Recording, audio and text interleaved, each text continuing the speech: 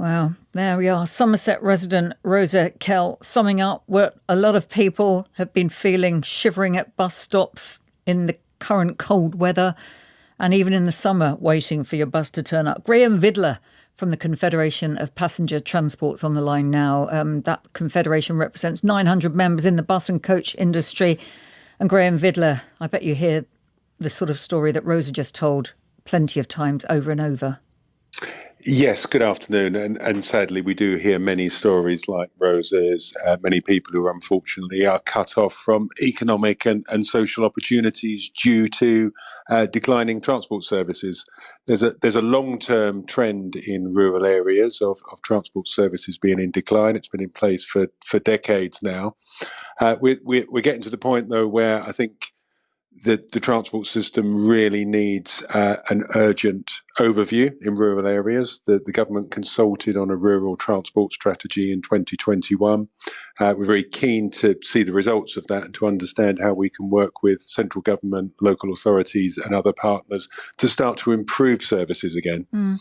Forgive me, I feel like I've heard this for decades.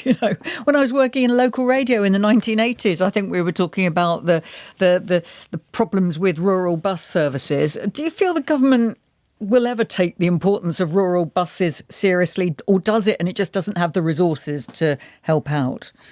I'm sure you have been hearing the same story for decades, and it's unfortunate that if we take the decade before the pandemic, the 2010s, for example, local authorities had to cut their expenditure on bus services, and as a result, rural bus mileage fell quite sharply.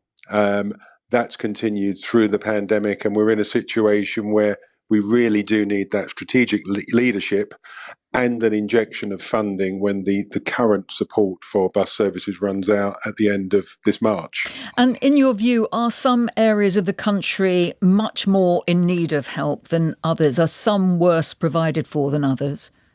So every rural area is different. They'll have different needs, they'll have different services and different accessibility.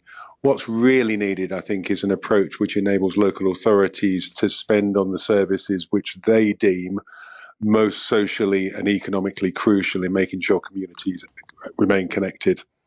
Devolution. So I think it's not necessarily devolution of powers, but I think it's a much clearer and more strategic funding settlement than we currently have, when too many local authorities are bidding for scarce resources. And if you lose out in that process, it's very, very difficult to provide for local communities. Graham Vidler, thanks very much. We'll be keeping a watch on that. Graham Vidler there from the Confederation of the Passenger Transport Network. Thanks very much for joining us.